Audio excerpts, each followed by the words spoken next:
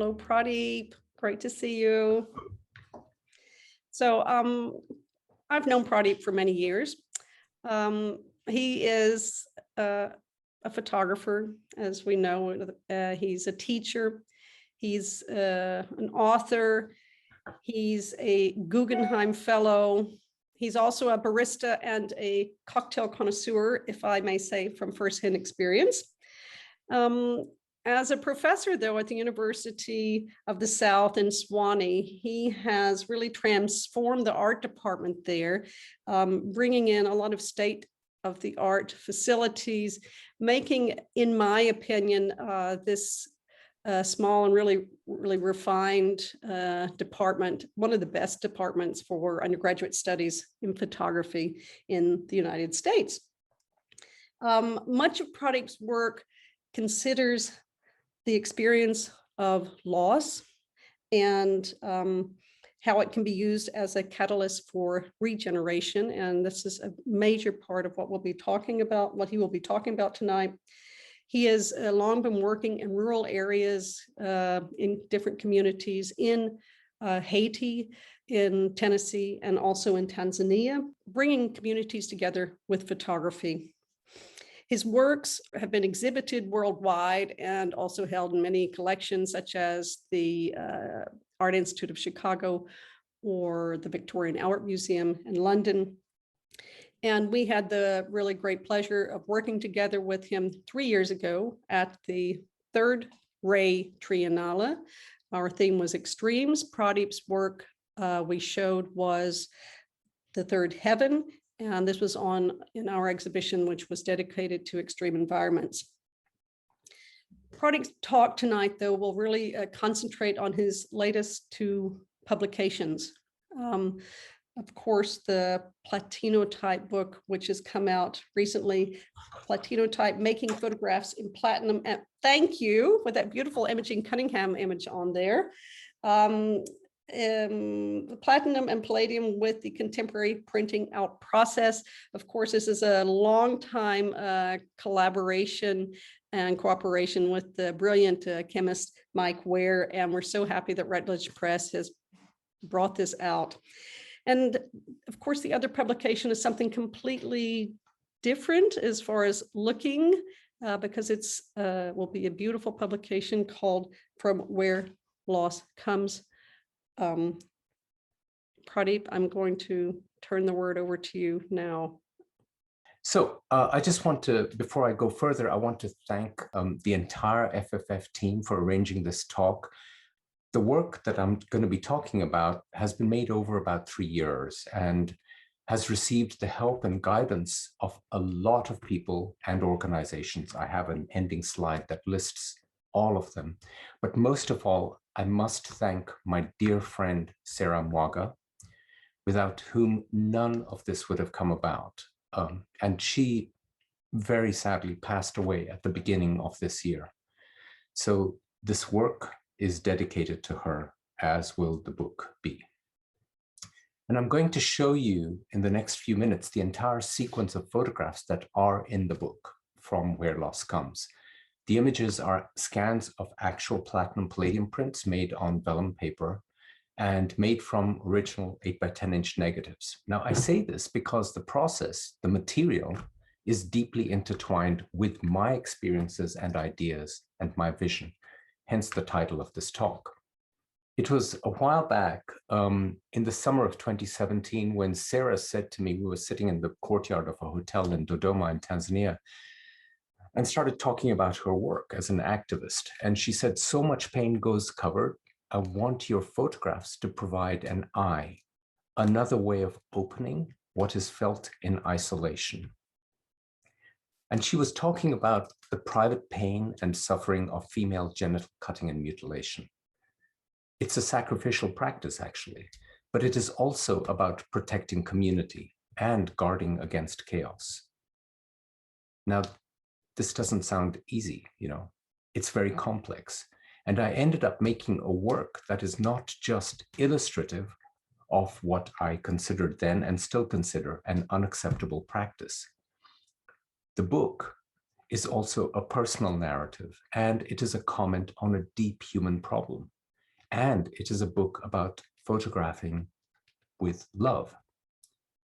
Here, for example, is a photograph which is accompanied in the book by some text, and I'll just read this out. Rahel's soft voice and even more delicate fingers mapped out the marks on her face. This one for bravery, she said. These for protection from malevolent witchcraft. That green bottle has mgongolo tree bark. This one has saswa leaves. The opaque plaster is msangalele bark. Then there is the pembe, the kibuyu, the kipego, and the shanga. I listened, entranced. And quietly I said, Rahel, this is my camera. It is like a big old-fashioned camera, and I have to work very slowly. My head goes under this cloth, and you should try and sit in front here very still. I'm afraid it's going to take a while, and you will feel tired, but it won't hurt. She smiles. I start focusing. I see her upside down on the ground glass. She breathes and sways. Rahel, can you try to take small, slow breaths so your body doesn't move? Lean back against the wall a bit. Then please try not to move. She settles in, and I start making tiny adjustments on the front of the camera, shifting the lens slightly up and left to line up the curve of the archway in the background with the intersection of her cap and forehead. She does not move. I'm sweating. It's almost noon. Light blazes in from the sky and wide street, bouncing off the patio's polished limestone floor and in through the double doors. A shadowless light because of the white walls. I'm anxious because Rahel is in a very tiring posture, and there may not be but a minute left before she has to shift. And if she does, we have to start all over again. She does not move. Exposure check, final focus, close and cock the shutter, load the film holder gently, set the aperture and shutter speed, look at Rahel, look with her, through her, feel that all is right. Understand that even though I am at home in my birth country, not even my shadow matters right now. She does not move. Click. Rituals, like the one I went through, like the one she was describing, rituals are vapors made solid. And this is both tragic and wondrous. In their repetition, rituals imprison what is always shifting, unique and infinite. And prisons leave scars. Now, the sequence of images and text in the book go from deeply emotional interior spaces to environmental landscapes. A scar inside us is also a scar on our planet. There is a connection between the velvety tones of a platinum palladium print and the tear of sunlight across boulders, the gouge mark of a hole in the ground at an ancient site such as this, and the tree slicing, crossing across the sky. Altogether, this not only expresses feelings about tenderness and destruction, but also informs vision. It lets us think and see experience in another way. What I'm hoping to do today is talk a little bit about where and how does female genital cutting and mutilation connect to each one of us on a day-to-day basis. I'm still unpacking this. So rather than just float around in the abstract, I want to connect these ideas or vision with the practicalities of how the photographs are formed and how they took form in this work. This photograph, for example, only came to be this way because I was photographing with a large format field camera and anticipated making the prints in platinum palladium. Margaret's face in the lower part of the photograph and the leaves in the extreme top are sharply in focus. And the rest of the image seems almost impossibly blurred, and only because of the camera movements where the lens can move independently of the film back. The tones are distinctive of the platinum-palladium printing process, which has this unique, deep, velvety quality, where the image seems immersed inside the paper itself. In the text of the book, my writing shifts sometimes from my point of view to the person that I'm photographing, to the issue on hand. So when I say I, it means something more than just me. And when I say you, it means more than just you. So for example, in the page that faces this image, I say, as I bring you to my tree and flow into your eyes through this photograph, this window, you become me, and through me the tree, taking you to all that I come from. And you, turning, carry it forward before us like the shield that all sacrifices are. The blazing sky, its cast-offs burning through the field below. This is not pain. This is not your pain. It is more than me, more than you. This now is us.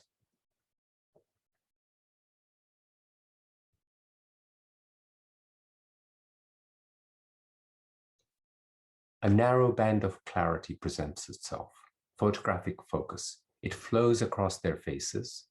The two girls are wedged between blocks of tone, emerging, almost squeezed up from a boulder's edge. They exist despite their entrapment, or it seems as though these almost women, almost girls, are leaning into the possibility of becoming, the prospect of focus, a place of translucence and knowing. These are complex situations. As I listened to both women, barely 14 years old, talk about their experiences, their bravery, their bewilderment, it was clear that they, along with their community, were on the edge of change, on the edge of the unknown. One fear being exchanged for another. I also struggle with that thing in each of us that wants to harm the people that we are closest to in order to make them stay with us. To do this, to deal with this fearsome behavior, to look at the monster inside of each of us, we need beauty. And in terms of what we're talking about, that beauty manifests as a print. The experience of the beautiful is an experience of being enthralled, enraptured, being held. It is about attention, or being compelled to look at this object, this print, so closely and for so long that it amounts to valuing the subject. And in being absorbed by the act of looking, we make the subject ours.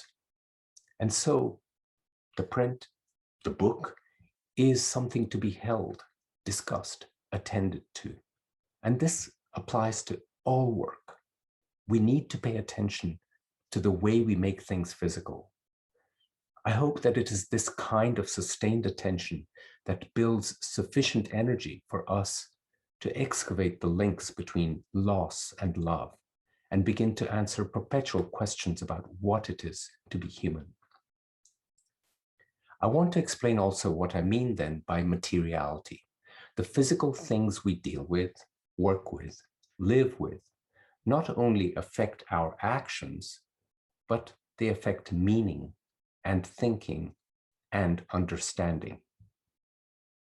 The way a thing physically manifests affects all of this. Now, related to materiality is the experience of vision. While material is hard and physical, vision seems to be anything but that, almost the opposite. It results from deeply personal experiences, communal experiences, cultural experiences. Vision is a fluid set of desires and hopes, an imagined realm that can also become an aspiration, a way of expressing a better future.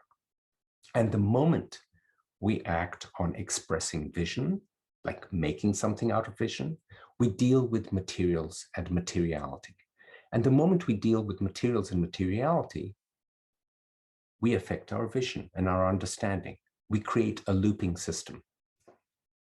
The practices of cutting, of sacrifice, of maintaining control through fear are connected to each other. And with this, our tendencies to share shelter, to seek comfort, to create, are also interconnected. But when we try and understand how sacrificial practices connect to creation, how cutting flesh connects to comfort, or how fear connects to shelter, these links are made of mist. They're totally elusive but fully present, like a smudge in your peripheral vision, or a boulder like this one that one is standing very close to. And these connections are often best made by engaging in the loop between materiality and vision, by making things and thinking by making. A photograph documents things. Strange then when a photograph reveals what we imagine. Sequence is, as it should be for all photo books, a very important part of the overall expression. One of the things I've tried to do is to establish through sequence the relationship between material and vision, but also between belonging in a community and the deeply interior experience of terror and isolation and not belonging. Community is like materiality, like the physical thing, and isolation is like the abstract and fluid experience of vision. And that is why so many times we hear people say, to be creative is to be brave.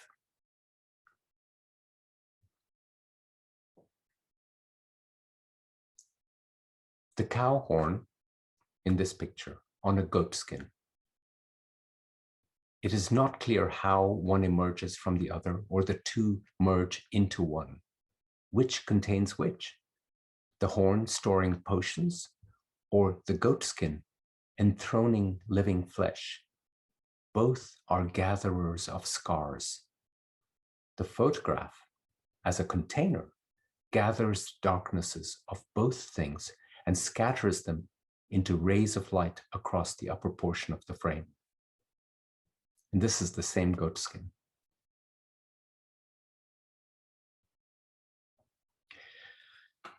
I'll never forget the moment when Sarah Mwaga showed me her non-governmental organization's collection of cutting tools.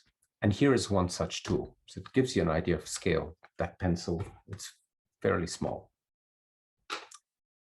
It is a very small object of hand-forged iron.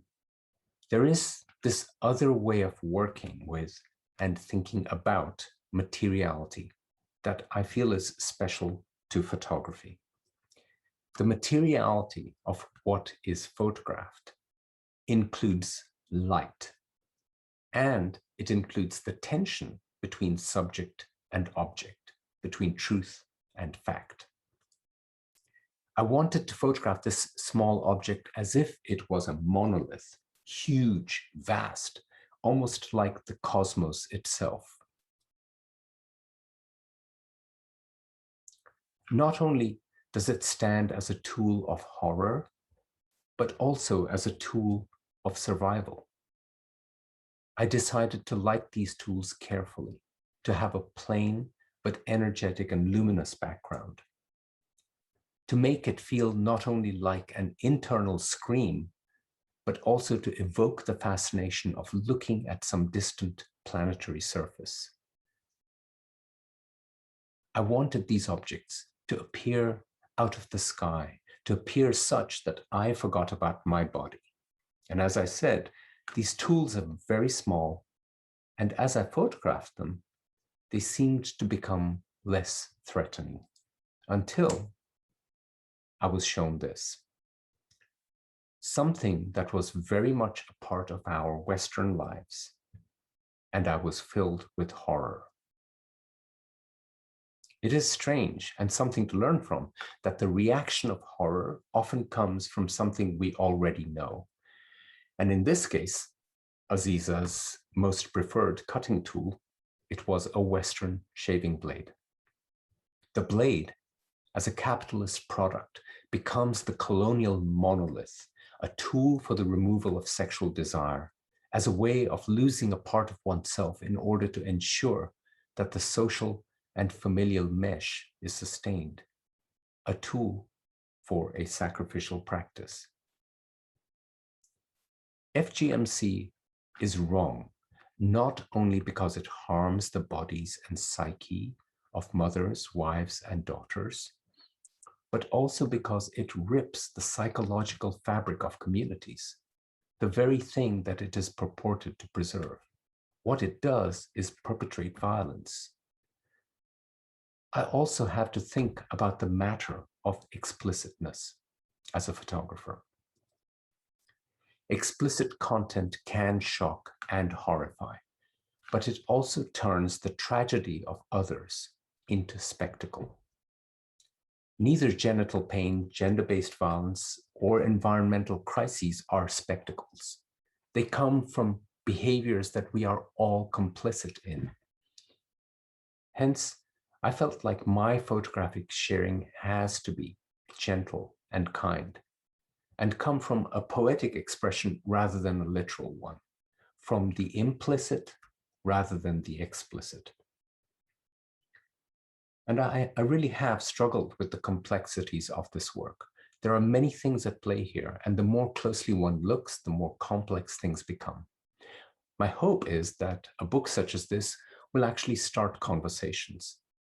I hope there will be kind conversations, fused, flowing, that will bear weights many times greater than the parts that you see here. The weight of FGMC, the weight of belonging to a family, the weight of citizenship combined is much greater than any one of these things because they all share some common roots. We are all containers of this. We all carry it in different ways. We will all pass it forward. FGMC does not happen out there somewhere in sub-Saharan Africa. It is in each of us. We have to look closely to find it. And when we do that, it becomes complex and complicated. The more closely one looks, and the less clearly defined we find that the issue becomes. And that is why I have shaped this work by the Platinum-Palladium print, that as you look closely, what may seem like hard-edged, clearly defined areas of the image become more subtle, less clear. On the left-hand side, the fingers of the cutter almost seem to be nestling and nurturing, protecting her assistant's head. And the assistant's head flows into the cutter's skirt. But on the other side is almost the opposite. There is this hard-edged blade, almost like it is slicing across and through the assistant's face, pulling light out of her head. Just as these edge details and tonal zones begin to fuse into each other and become soft, so are the clearly defined problems of FGMC made more complex as we apply them to our personal lives, as we look closely.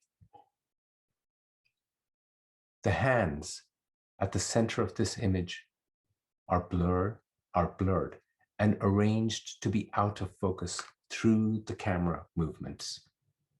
The most important part, where the girl's genitals are, is a swarm of fingers, and all are blurred. A community of fingers tasked to take a part of itself away so that it may remain a community. This kind of sacrifice, as a price of membership in community, has always, I believe, been defined by patriarchies. And every one of us here in this audience has done that. Every one of us is a city of some nation or another. You have commitments. Even though women perpetuate the practice of FGMC in this particular region, their relative lack of agency ultimately harms community and threatens the human and environmental condition. We have to redress that imbalance. And for this reason, if no other, it matters that men care about FGMC. The fight against it stands as a symbolization of women's agency and as a move towards a healthy societal psyche.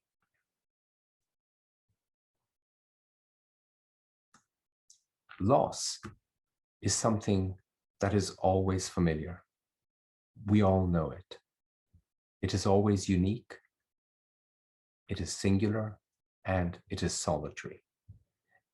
In that tragedy, dots of light float away from my head, joyless, soft, and dull, joining other dots, floating away, intensifying and clustering quietly until they turn dark and move on heavily up.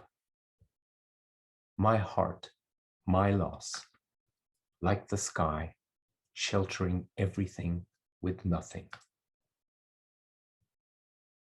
The landscape that I moved through as a part of conversations with the women I worked with seemed benign and easy. But sometimes, even as I walked through these spaces in their companionship, every now and then I saw sheer, absolute terror. And what is seen is more than what can be looked at. Masariana is a powerful woman. You can tell, but she also takes us to places of terror. Her palm leading into a dark triangle. What is seen is more than what can be looked at. She closes in, has visions of swirling tree, bird, jewel star, and over there, always, the Aegis hand, mother, daughter, sister, a shield against greater cruelties. Grace suffered complications from being cut while an infant and had to undergo corrective surgery when she was 8. Sometimes cutting just separates. It does not make 2 out of 1 many. It does not heal or create a scar.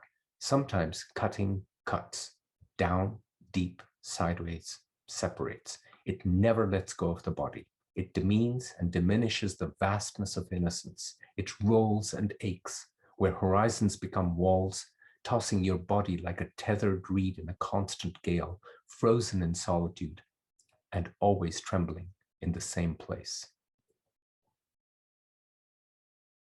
And Jazeera had severe complications also from being cut while an infant, then was taken back to the cutter, the Ngariba, 2 more times to correct the problems.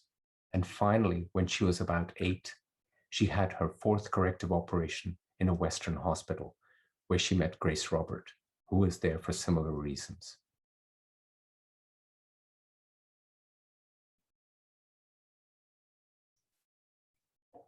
Take a veil, fine, tender, and tear it, then mend it. Where do your eyes go? Drawn to the thorns, the veil, once catching light, is now shredded. The sky beyond reach, now imprisoned by needles. I closed my eyes, listening to Mariam, and felt a waking, felt swarming thorns. Even now, her fists contain our faces, my heart, and what lives us outliving the terror and the chaos. And that is a slight misquote from John Berger's wonderful book, Our Faces, My Heart, Briefest Photos. Out of darkness, a shimmering horizon, but it is sideways. And so that hint of freedom that horizons often grant us, here becomes threatening.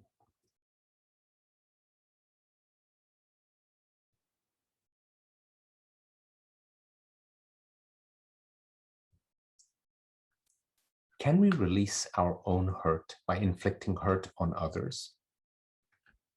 Our nature, it seems, is best when we are in a comradeship of pain. Do we soar when we are reduced? There is an obligation, luminous and heroic, but actually also myopic, in carrying others through their pain just because we have known and survived the same. And if this is all I know, then how do I know I am less than what I could be? Pain is my signal. Loss is the pathway.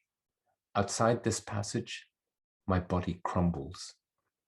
Inside the passage, I feel stamped out. We are pushed up by the same force that pushes us down. The things that hide from us also hide us. What obscures the light also hides the dark from ourselves, in ourselves. But wait, in a photograph, there, you can look at darkness and light at the same time.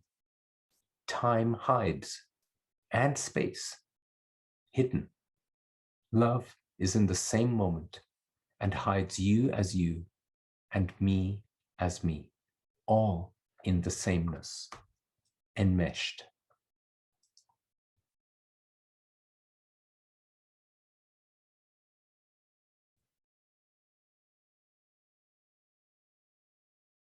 This entrance is just a smudge on paper. Marks that suck light and hold on. Or we could think of it as a place where light goes and does not want to leave, or is imprisoned. A place where, as you look, photon after photon enters and gathers and stays. And in this strange gathering, these photons lose themselves. That is what darkness is. In this photograph, the guardian stone is ablaze, spitting back the light and guiding us elsewhere, almost like a decoy into the dark. We are light. It is time to learn how to remain what we are, not smothered, not extinguished.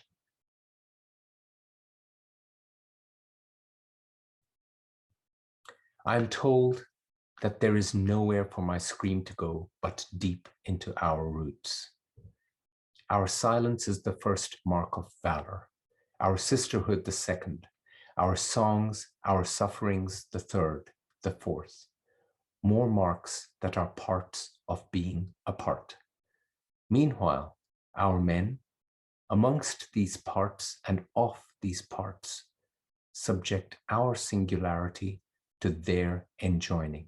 I scream. After the cut, I trail away through the finer branches, despite the clouds, into the sky where there is no sound, just one sky.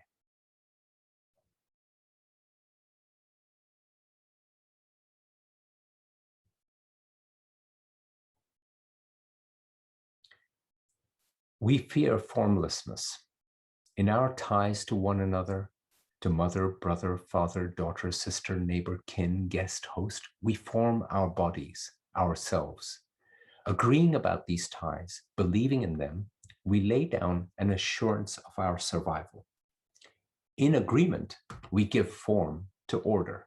We build our frames and houses, our paths and directions. But always we know that deep and everywhere is an infinity we point towards with shielded eyes, with genuflecting postures and capped heads, an infinity that fills us with terror and makes us bend our knees. And we know that that infinity is formless. The fear of formlessness is so great that we seek its approval, its alliance, and by doing so, we become false champions, inflicting terror on other bodies and anointing their destruction with the pronouncement, "In cutting your body, I have made us whole. In destroying you, I have created order. And in all of this, I have shielded you from the formless. And as I look more and more deeply into Platinum print, I begin to feel formlessness. I begin to see it. It's almost like an experience like vertigo. You see in the frame a cloud, a hut, some thorns. The rest, whatever that is not quite there. It's out of focus. Or rather, another there is there, it seems.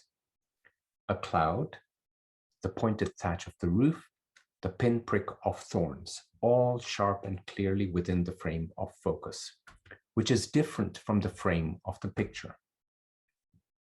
But wait, is there another frame? Inside the hut, in darkness, where something happens, something that feels like the blurry softness of cloud and the searing burn of poisoned thorn pricks, there is an inside-outside, a before-afterwards, and a without within me. There is no there, just one chaos exchanged for another. Your body exchanged for another kind of body. Nothing is lost. Nothing, all of it, is lost. The creed of man must find a different voice through the creed of woman. And the creed of woman must find a different voice through the creed of man. Let us pop this thing. I want to finish up, as the book finishes, with a poem by a really important friend of mine, I think one of the great living Scottish poets, Kathleen Jamie. It's called The Well at the Broch of Gurness. And it is a poem from one point of view that bridges ancient and contemporary experience. She writes of raiding sailors who are about to destroy a prehistoric community, and ends the poem with us about to touch the echoes of that destruction.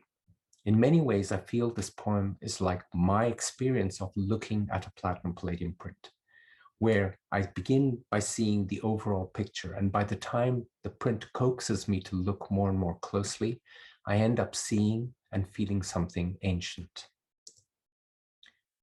Imagine the sails flying like swans, women hauling infants as ox horns bawled and door bars thudding home in this socket where a thrush nests, and slipping away from the rest, a girl crossing flagstones to the sunken well where, left hand on the roof's cool rock, she steps down out of the world. Perhaps she's there yet, waiting till they've done their worst before she drinks. Then, barefoot, begins her return toward daylight, where she'll vanish. The broch's rubble, the homestead's lintels tilt through mown turf. But we can follow her, descend below the bright grasses, the beat of surf, step by hewn step, crouching till our eyes adjust before we seek the same replenishing water, invisible till reached for, when reached for, touched. It's a really great poem. So, our fear is ancient. Let us touch it by looking at prints, by making work, by combining materiality and vision. Let us touch it and become kind. Thank you. Such emotional work, such a tragic theme, and it's just a gift that you've given us an insight into something that we hear about it, but we don't have the insight that you've had. I guess let's jump right into it. Pete Messingham wrote, "There's an obvious spiritual connection and process between you and the realization of an image through the slow process of the 10x8 camera. I totally respect, but wonder if you feel a similar experience cannot be obtained through more contemporary systems of photography." Thank you, Pete. I believe that any camera is okay. in terms of photography. So, you know, I use this. I have an Instagram feed, and almost all the pictures there are taken with an iPhone. I think the thing that an 8x10 camera forces you to do, which an iPhone does not force you to do, but you can if you want, is it forces you to slow down and to pay very careful attention to the entire process and what is in front of the lens. Everything has to be really, really paid attention to. It doesn't matter what camera you're working with, lens, film, which way you intend to print it. What matters is paying attention to the entirety of the process. And sometimes that can happen amazingly in photography. It can happen like that. Thank you so much. Irina asks, I love how deep and thoughtful all these pictures are. Do you already take the shot thinking this way, or you take it more with your guts and discover the deepness later? So this kind of connects up to Pete's question as well. When you're working with an 8x10 camera, you not only have to pay a lot of attention, but you cannot photograph as many frames as when you can with this. You know, here I can leave the button on the shooting interface, and it can just go ba, ba, ba, ba, ba, ba, ba, and keep taking hundreds of pictures. And then I can pick one from it if I want. With an 8x10 camera, just the effort to take a camera out of the box, the camera goes on a tripod, you've gone to a location, sometimes you've driven, in this case, 600 miles to meet one person, and you hope everything is okay. And so you have to have a fairly good sense of what it is that is going to go into the photograph. So to specifically answer your question, with this work, Irina, it was me just always being aware of the emotions, the stories, the feelings that had to go into the picture, but being completely open about how that was actually going to happen visually. You know, so practically speaking, you must make time to walk, to talk, to be with the people, and then to actually begin to pull all the technicalities together. And again, that can happen with a small camera too. You know, I think the matter of paying attention is not just paying attention when you're taking the picture, it's paying attention all the time. Can you describe the transition for you as a photographer into a writer? Such powerful images, stories, poetry. Does your writing structure help you to relieve emotions from such themes? Whenever I'm traveling and photographing or working on any project, I keep a lot of notebooks. I write things down a lot, just thoughts every day. I force myself. I'm not a journal type person. I don't keep a diary, but when I'm photographing, I write things down. And when I began to bring the entire collection together, I also began to clarify my writing, which really was my thinking, in a different way from an image. And the text that ended up in the book, which is about 9,000 words long, there are a few places where I make specific quotes. I quote from a Japanese no play. I quote from Jorge Luis Borges, from John Berger. And then there are a few places where Sarah and I actually did extensive interviews with every single person that we photographed. And some excerpts from some of those interviews are in different parts of the book as well. And the rest of the text is just my channeling, if you will, sometimes through the people I photographed, my thinking and feelings and understanding. But also I really wanted to have some part of the text act as a way of guiding and instructing people into the process of looking at a photograph and into the process of thinking about how FGMC is not just what is out there, but can be internalized as well. And then the second part of that question, I think, was about I think the implication that did it actually help me in any way? Well, it didn't make it easier. It's not made it easier. It's made things more complicated, but you know, I like that. I don't want to die thinking life is simple.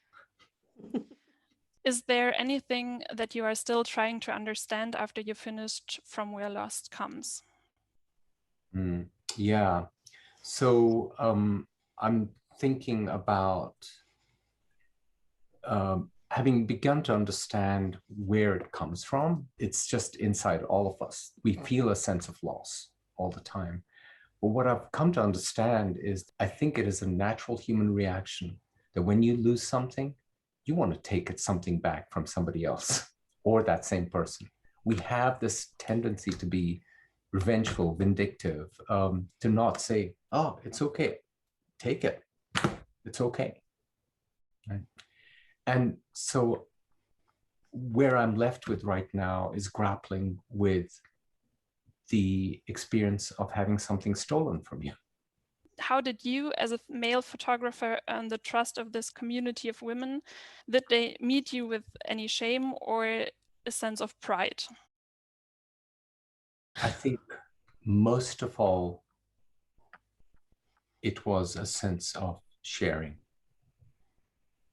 I was extremely, extremely fortunate to have Sarah Mwaga introduce me to all of these women. I really meant it in the text that I read at one point. I really meant it that I needed to let go of myself as a man, and I needed to be filled with their experience.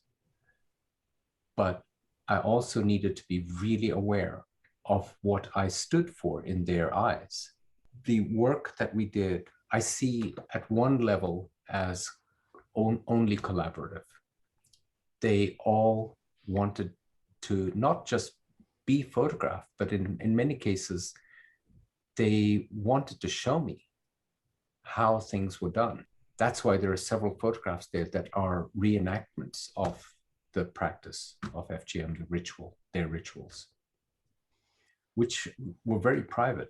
Men are not allowed into these spaces, into these performances, if you will. Also, there's this other thing of you can't be discreet as a photographer when you're working with an 8x10 camera. It's an event.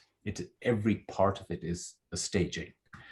And so when Sarah and I explained to the women how we would be working together, even when I was photographing Jazeera in her doorway with the curtain blowing,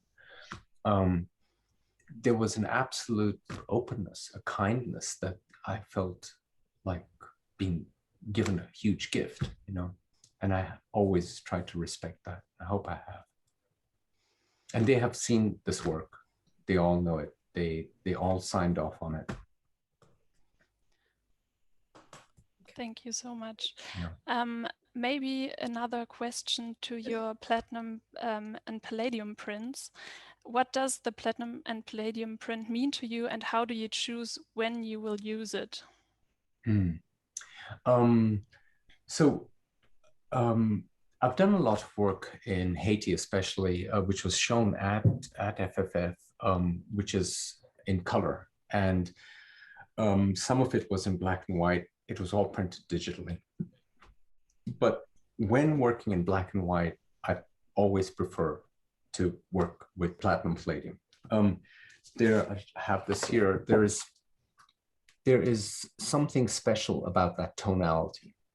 And it is like two things. It is like putting your hand into cream, but you're putting your eyes into them.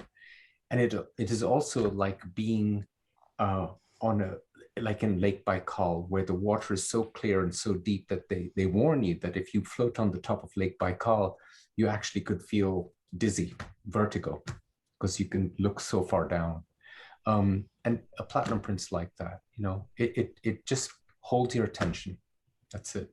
So black and white, I always prefer working with that. I'm not saying it's better or worse than any other process. It has a particular voice, and that voice is what I just love. I love its gentleness. I think those are fantastic words to end on. Loving the gentleness. Thank you again, Pradip. It's been really quite an amazing evening. Farewell.